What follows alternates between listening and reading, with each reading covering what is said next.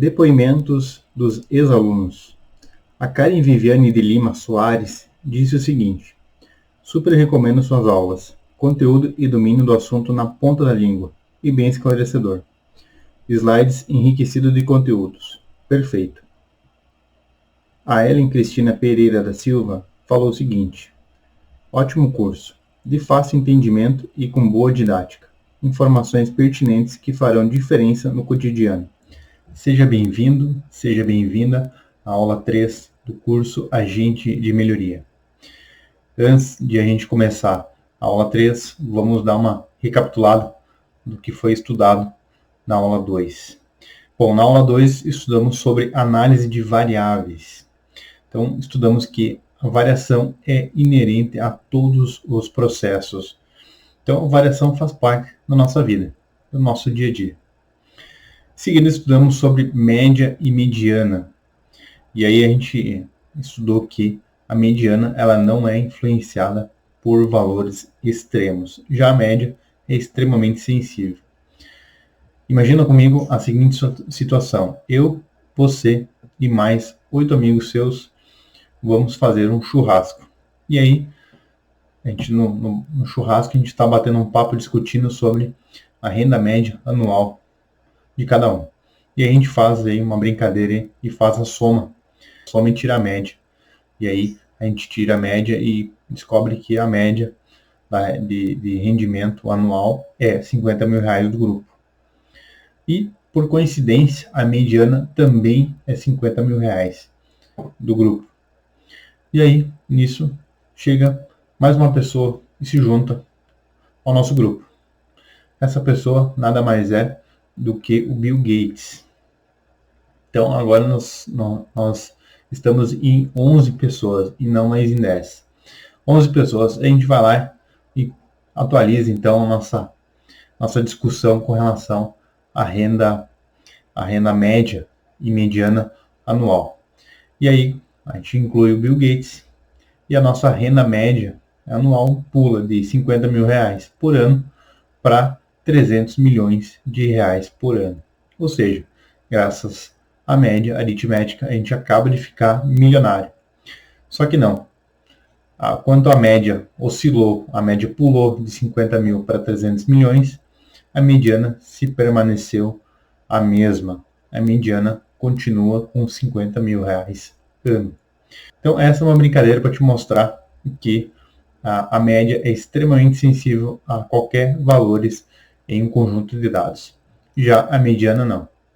E mesmo que mais um bilionário se juntasse com a gente no churrasco, fosse 12 pessoas, e a gente atualizaria o estudo, a média iria mudar de novo, iria alterar, enquanto a mediana iria permanecer a mesma, 50 mil reais. Então, eu espero que você grave esse conceito de média e mediana com esse exemplo. A média te deixou milionário, milionária, e a mediana te trouxe para a realidade. No dia a dia, a gente precisa tomar esse cuidado com relação à média e à mediana. Em alguns casos, é mais prudente a gente utilizar a mediana e não a média. Ok? Estudamos também a amplitude, que é o valor máximo e mínimo de um conjunto de dados. Então, eu espero que, a partir de hoje, toda vez que alguém falar sobre média de um conjunto de dados, toda vez que alguém falar sobre média de alguma situação, de algum parâmetro de processo, de alguma situação que está acontecendo, você pergunte qual é a amplitude, para você ter uma ideia com relação à variação, à variabilidade do processo. Lembra daquele exemplo que a gente estudou, onde tínhamos duas situações com média de 12,9, porém a amplitude era completamente diferente.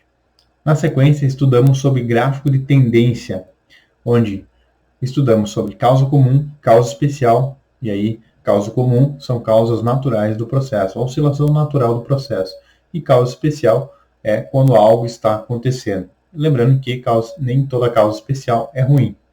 Dependendo do que você está medindo e controlando, pode ser boa. Também estudamos um exemplo sobre a emissão de um relatório de estoque, onde foi analisado um dado isolado e comparado com uma média de um conjunto de dados. Vimos que é extremamente arriscado você analisar um ponto isolado com relação à média de um conjunto de dados. Na sequência, estudamos sobre Lean Manufacturing, 8 desperdícios e análise de valor. No e-mail que eu enviei para você os links da aula 3, também enviei mais 2 links referentes a 2 vídeos de aplicação do sistema Toyota de produção, ou seja, do Lean, em um hospital e em um refeitório. Vale a pena dar uma olhada nesses vídeos porque a gente consegue ter uma boa visão de como se aplica o Lean em outras áreas que não seja a manufatura. Referente à análise de valor, vimos que valor é percebido pelo cliente, reflete no preço do produto ou do serviço e é definido pela ótica do cliente. E aí eu citei alguns exemplos sobre agregação de valor. Um outro exemplo bacana que eu já vi em algumas lojas de roupas, eles colocam 2 pilhas de cesta, uma vermelha e uma azul. E aí 2 plaquinhas perguntando se o cliente quer ser atendido, ele pode pegar a cestinha azul. Se ele não quer ser atendido, ele pode pegar a cestinha vermelha. Isso é bacana porque tem clientes, tem pessoas que gostam de ser atendido, que gostam de ser acompanhado por um vendedor. E tem clientes, como eu, que não gostam de ser atendido, que não gostam, que tem uma pessoa atrás ali, querendo me atender, querendo tirar alguma dúvida, enfim, querendo vender. Eu particularmente não gosto, então para mim não agrega valor. E é bacana porque quando você chega na loja, você tem a opção de escolher. Na sequência, estudamos sobre o Kaizen, sobre a melhoria contínua. Estudamos sobre os 10 mandamentos e, na sequência, estudamos sobre o método PDCA. O método PDCA é extremamente utilizado e muito bem disseminado no mundo inteiro. É um método, uma das ferramentas mais conhecidas e utilizadas no dia a dia das empresas. Utilizado muito para resolver problemas simples. E aí, quando eu falo problemas simples ou problemas de curto prazo, são problemas do dia a dia, que acontecem no dia a dia. Então, um produto foi errado, o operador fez um processo de maneira errônea, a máquina parou por algum problema, a linha de montagem está com uma falha. Enfim, esses problemas do dia a dia. E aí também você pode utilizar para projetos de melhoria contínua, onde não só é resolvido problemas, mas também é enxergado oportunidades de redução de custo. Como, por exemplo, você quer reduzir a porcentagem de sucata de uma área ou no setor. O método PDCA é um método simples, mas não é fácil. Então, precisa ter empenho. Não somente o empenho no início, que na maioria das vezes o time está empolgado, então faz um bom planejamento, constrói um bom plano de ação, só que na hora de implantar, a energia, o gás da equipe vai diminuindo e vão surgindo outras necessidades, vão surgindo imprevistos, e aí muitas vezes o projeto não é finalizado da maneira que precisa ser finalizado. Ou seja, de forma geral, a gente não somos bons finalizadores. Então, o método PDCA é um método simples, sim, mas não é um método fácil. Precisa ter muita disciplina para você iniciar um ciclo PDCA e finalizar um ciclo PDCA com sucesso. A gente estudou aqui, então, o PDCA é planejar, e aí, nesse planejamento você vai definir um problema, você vai analisar as causas e você vai definir um plano de ação. Para a fase executar, de fazer, você vai executar o que foi planejado. Na fase check, de verificar, você vai verificar o que foi planejado. E na fase act, de ação, você vai analisar se o que foi planejado foi implantado e deu o resultado esperado. Se isso não aconteceu, você volta no planejamento e roda um ciclo PDCA novamente. Se aconteceu tudo conforme planejado e o resultado foi satisfatório, ótimo, excelente, parabéns. E agora é a hora de padronizar a nova solução e registrar e divulgar o aprendizado.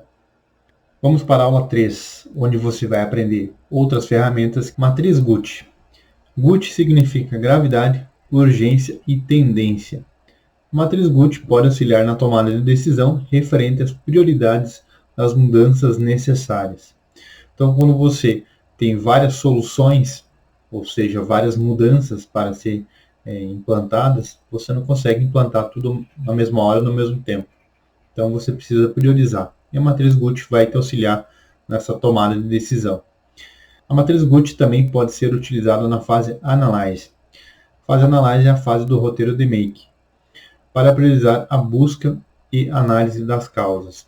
Então você também pode utilizar a matriz Gucci quando você for analisar as possíveis causas de um problema, onde você tem várias possíveis causas que você vai precisar buscar fatos e dados, ou seja, você vai precisar de evidências para comprovar essas possíveis causas. Então, para auxiliar na tomada de decisão, o que fazer primeiro, você pode utilizar a matriz Gucci.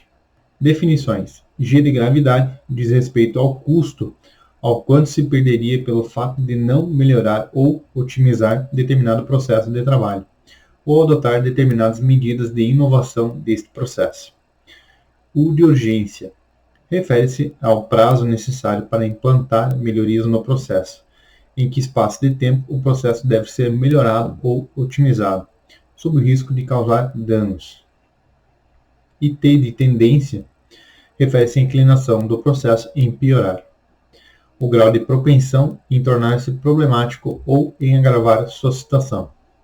Então é necessário que cada problema ou oportunidade a ser analisado receba uma nota de 1 a 5 em cada uma das características de gravidade, urgência e tendência. Então, as regras das notas para a matriz Gucci são: gravidade, o prejuízo que poderá acontecer será muito, nota 5, mais ou menos, nota 3, e pequeno, nota 1. Com relação à urgência, deverei tomar uma ação, agora, nota 5, posso esperar, nota 3, e não há pressa, nota 1. Com relação à tendência, se não fizer nada, a situação vai piorar, nota 5, permanecer, nota 3, e melhorar, nota 1. Então, esse aqui é uma base para você tomar, decidir quais ações você deve priorizar ou quais possíveis causas você deve buscar evidências. Aqui então tem um formulário na matriz Gucci. Aqui você vai colocar no canto esquerdo o problema ou a oportunidade. E aqui você vai fazer aquela análise da pontuação, com relação à gravidade, com relação à urgência e com relação à tendência. Faz a somatória do Gucci. E aí, a maior somatória, conforme a maior somatória, você vai colocando aqui as prioridades. Que tiver maior valor, você coloca como prioridade número 1 e assim por diante. Vai nomeando as prioridades, conforme essa análise da matriz Gucci. Então, algumas observações. Resistir à vontade de colocar todas as oportunidades de melhoria como prioritárias. Estabelecer um ponto de corte. E as ferramentas de priorização auxiliam, mas não substituem a percepção da organização sobre si mesmo. Então, normalmente, quando você faz uma matriz Gucci, o ideal é que você faça com o gestor, algum gestor do setor, da área ou da empresa, e também com as pessoas envolvidas no processo ou com o time de melhoria. Plano de ação. Planejamento é um processo contínuo e dinâmico que consiste em um conjunto de atividades intencionais, integradas, coordenadas e orientadas para tornar realidade um objetivo futuro. Então, é estabelecer o passo a passo de maneira a se ter uma sequência lógica na realização de um trabalho. É necessário fazê-lo por escrito e o mais completo possível. Não se deve imaginar que todos conhecem o caminho. É necessário que seja de fato escrito. Por mais que o fulano ou a ciclana saiba o que tem que ser feito, você deve registrar, você deve montar um plano de ação, para que depois, num futuro próximo, não tenha o disse que me disse que eu sabia, mas não foi nada escrito. Então registre, monte um plano de ação. Vantagens de se planejar a implantação. Permite o controle apropriado do que se deseja alcançar, propicia um grau mais elevado de assertividade nas implantações. Uma elaboração minuciosa de qualquer projeto é capaz de economizar horas, dias, semanas ou meses de sua implementação. Então é extremamente importante você separar um tempo, um período, para você e as pessoas envolvidas com o problema, com a oportunidade, ou seja, com a melhoria, construir um plano de ação em conjunto. Separar um tempo e elaborar um plano, um passo a passo para você, de fato, chegar ao objetivo previsto. Possibilita a resolução antecipada de problemas e conflitos. Então, normalmente, quando você monta um plano de ação junto com um time, você está montando um plano de ação lá e começam a surgir alguns problemas e conflitos de forma antecipada, já no planejamento. Bom, porque você já consegue resolver pequenos problemas, pequenos possíveis conflitos que vá acontecer na implantação. O tempo que se gasta planejando é reconquistado no momento de dar a partida para a construção de ideias.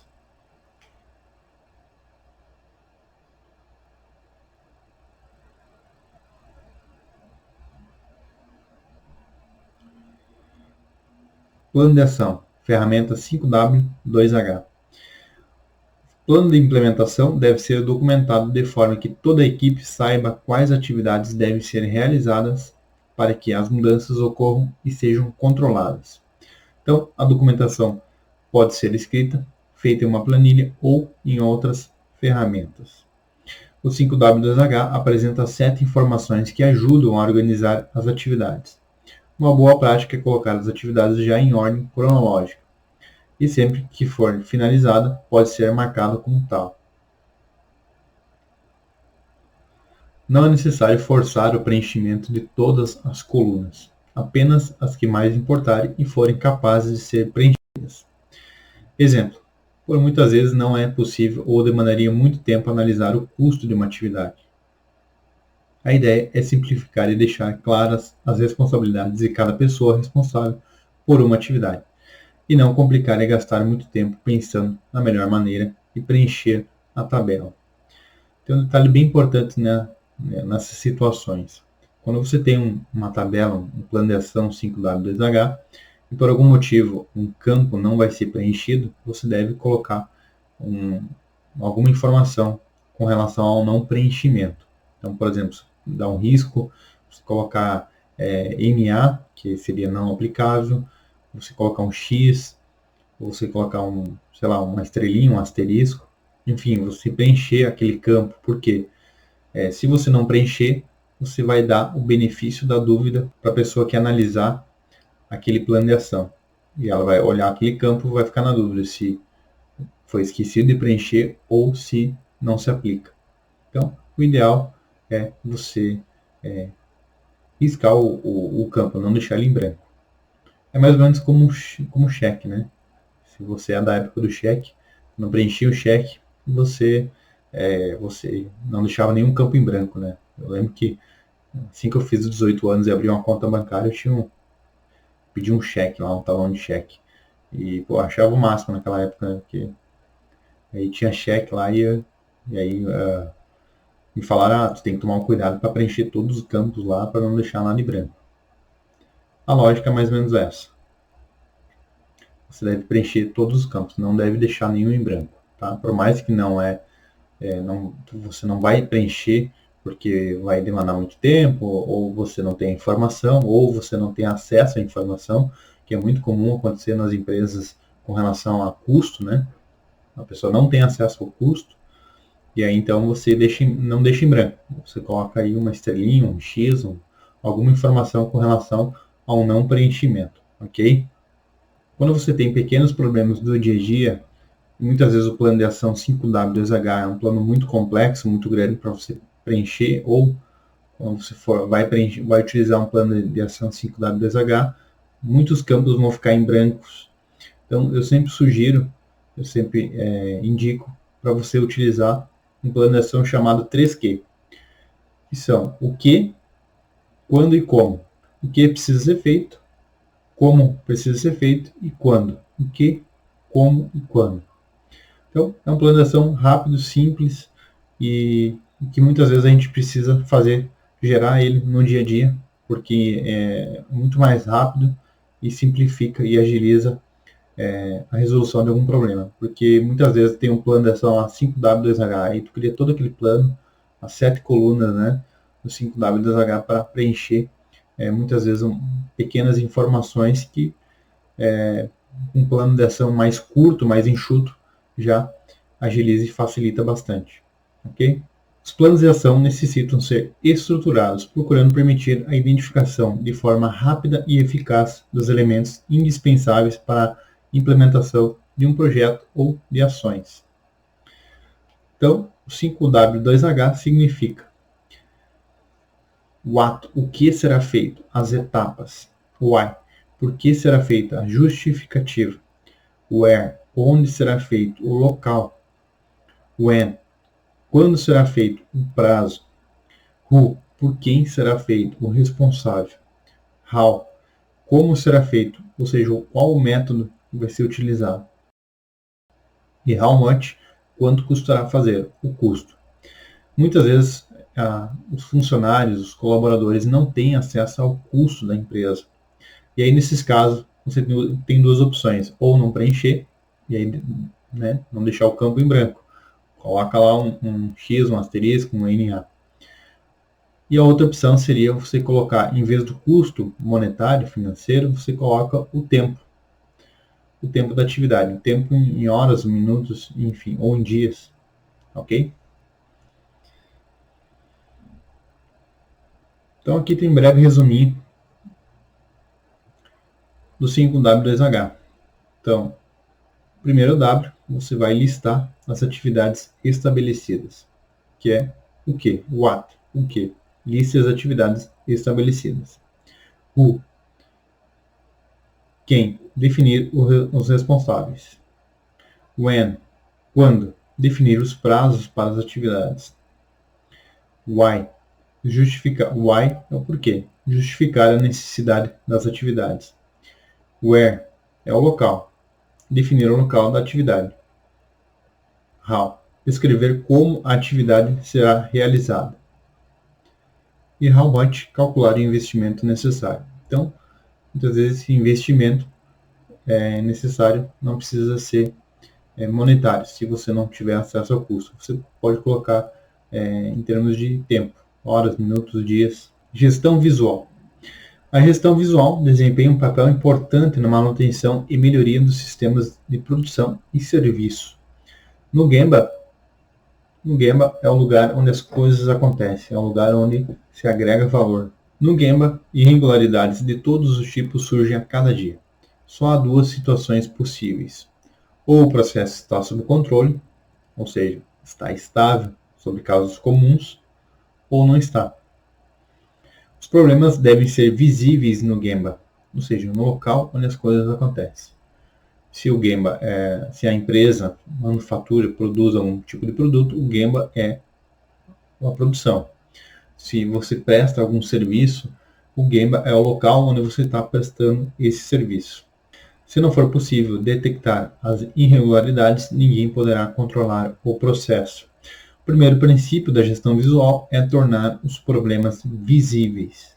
Eu lembro que quando tinha auditoria na empresa, auditoria externa, né, normalmente quando clientes iam visitar a empresa, a galera saía correndo, organizando, limpando e escondendo os produtos com defeitos e falhas. E eu lembro que eu falava pro pessoal, calma pessoal, calma. A gente não precisa esconder os problemas. Problemas todo mundo tem, todas as empresas têm. A grande questão é o que a gente faz com esses problemas. Como a gente resolve esses problemas. Não tem problema nenhum deixar os problemas que a gente tem no dia a dia à vista. Isso mostra a nossa realidade, né? E também mostra a nossa competência com relação à resolução dos problemas. Mas era engraçado, né? A galera saía correndo. Facilitar o cumprimento dos padrões. Isto é, deixar visível para todos o que e como as coisas devem ser feitas, além de esclarecer metas e apresentar os resultados. Facilitar a identificação de problemas. Como um padrão está claramente identificado e as metas são visíveis e entendidas por todos, fica fácil identificar quando algo está errado. Por exemplo, se tivermos o gráfico de sucata exposto no quadro de gestão à vista, com a meta clara e o resultado alcançado nas últimas semanas, todos os colaboradores podem identificar o problema e dar sugestões ou tomar ações para redução de sucata e, por consequência, melhoria do indicador. Então, gestão visual é extremamente necessária, porque você tornando os problemas visíveis, as pessoas envolvidas no processo sabem que é daquele problema, ficam conhecendo aquele problema e podem dar sugestões. Outro detalhe importante é você trabalhar com quadros de gestão à vista. O que seria isso? São indicadores-chave de desempenho. Informar os indicadores em cada área dos processos para as pessoas que trabalham no processo, que estão envolvidas no processo, saberem quando estão indo bem ou quando o processo está indo mal. E aí, nesses quadros de gestão à vista, nesses indicadores, colocar sempre os objetivos, ou seja, as metas. E, claro, o plano de ação para alcançar essas metas. O segundo princípio da gestão visual é ficar em contato com a realidade do Gemba. A gestão visual é um método prático para se determinar quando tudo está sob controle e para gerar um alerta no momento em que um problema é detectado. Então, algumas empresas trabalham com gestão visual com sinalizadores, onde tem uma luz amarela, verde e vermelha. Então, quando algo errado acontece, o operador vai lá, ou o líder encarregado da área do setor vai lá e aciona a luzinha que está verde, aciona o amarelo, ou dependendo da gravidade do problema, aciona a vermelha. Tornar mais rápida a solução dos problemas. Uma das características dos quadros de gestão à vista é conter, além das metas, resultados e padrões. Podem também estar expostos os planos de ação para solucionar os desvios. Assim, o acompanhamento das ações, bem como o status delas, ficam visíveis para todos os envolvidos. Então, em empresas que trabalham com gestão à vista, é muito comum cada área, cada setor ter um quadro de gestão à vista, onde é colocado um painel com os indicadores, cada indicador com um objetivo, ou seja, com uma meta. Também é exposto o histórico do desempenho de cada processo. Também é colocado nesse quadro de gestão à vista os padrões com relação às atividades que são executadas no setor ou na área. E também é muito comum expor os planos de ação. E aí, nesse plano de ação, por exemplo, o 5W2H, você pode colocar uma coluna, normalmente do lado direito, sinalizando verde, amarelo e vermelho. Esse sinal do semáforo ou da sinaleira, não sei de que região você é, dependendo da região, chama de sinaleira ou de semáforo, né? A cor verde, amarela e vermelha, sinalizando o status de cada ação. Então, se a ação está verdinha, está tudo ok, está em dia. Se alguma ação está em amarelo, é porque alguma coisa não está saindo conforme previsto.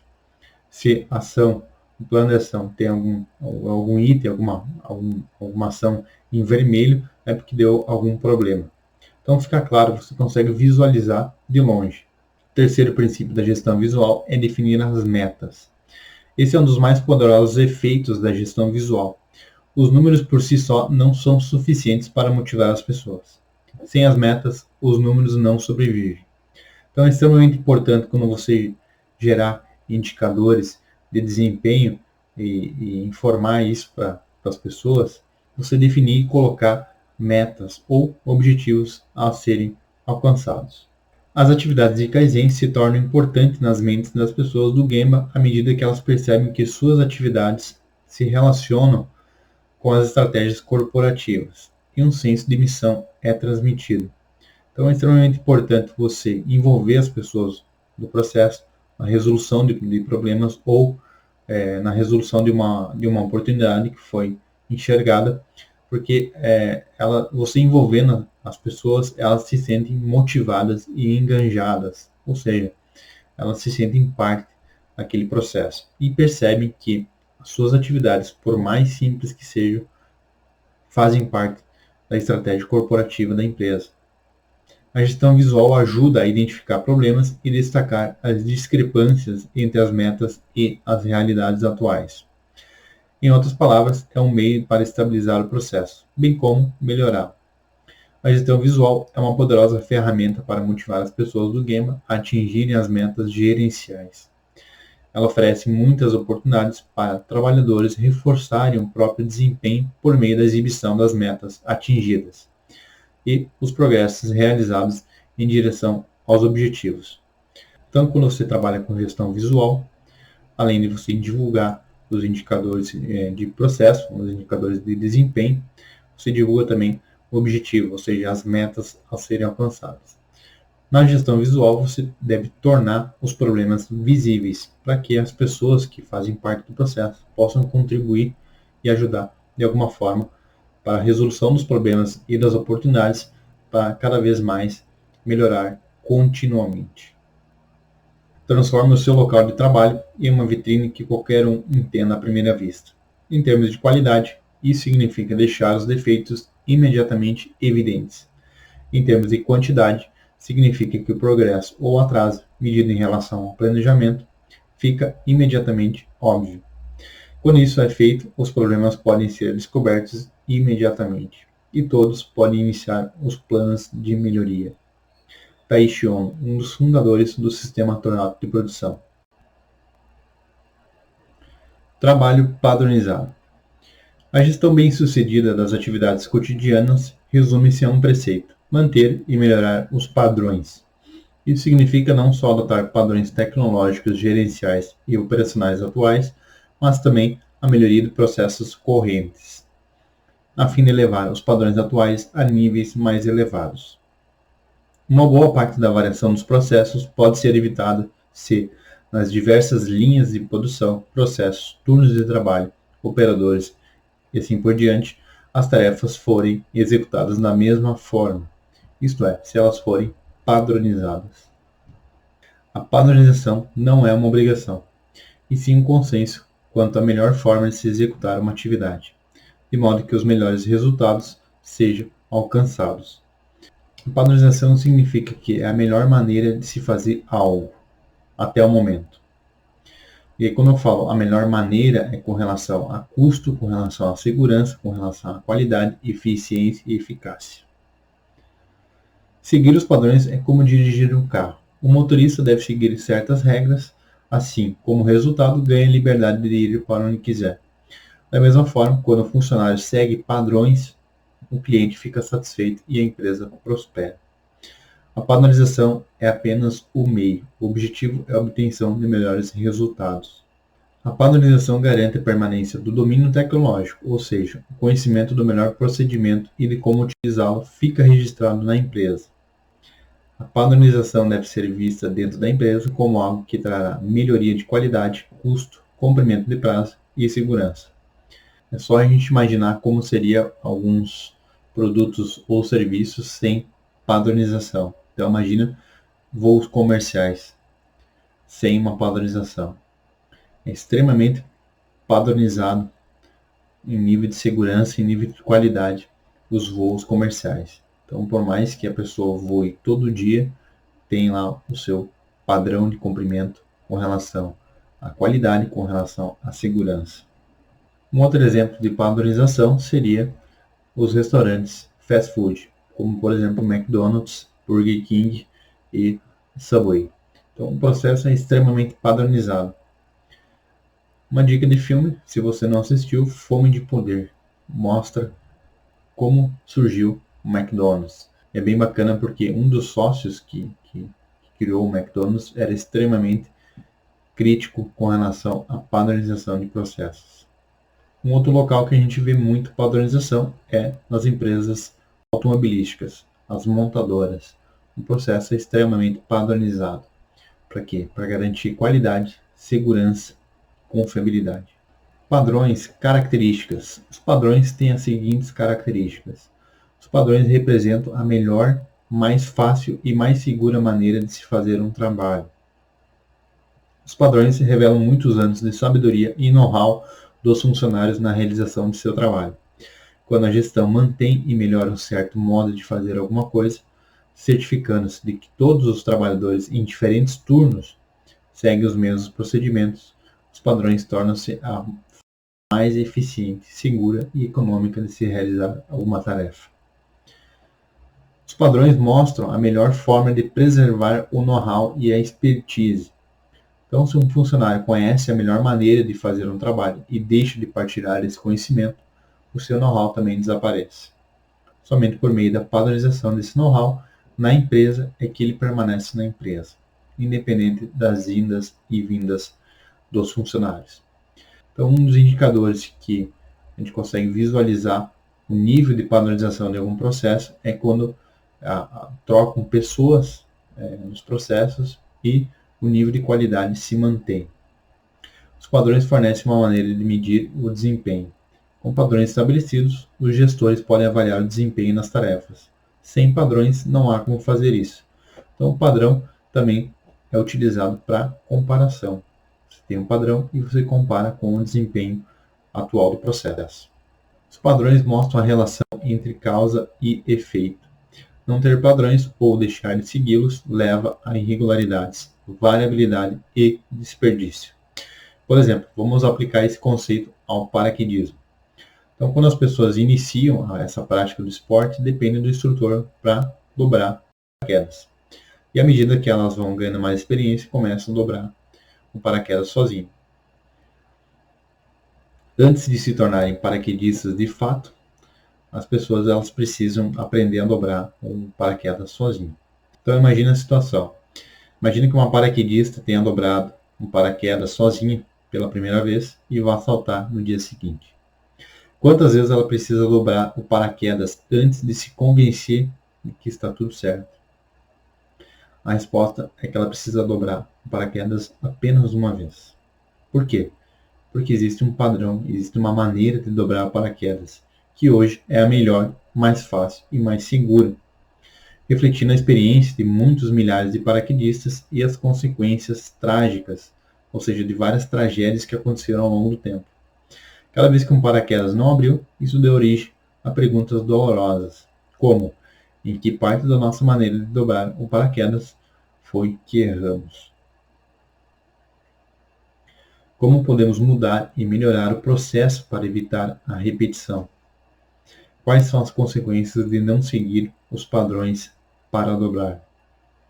Quando você descobre isso, pode ser tarde demais. Os padrões fornecem uma base para manutenção e melhoria. Por definição, seguir os padrões significa manutenção e aprimorar os padrões significa melhoria. Sem padrões, não temos uma maneira de saber se fizemos ou não as melhorias. O dever da gestão, em primeiro lugar, é manter os padrões e, em segundo lugar, é melhorar os padrões. Benefícios da padronização: documentação do processo atual, redução de variação, treinamento mais fácil de novos operadores, reduções de acidentes e lesões, linha de base para as atividades de melhoria, adiciona disciplina à cultura e é uma ferramenta de aprendizagem que apoia a auditoria e promove a resolução de problemas.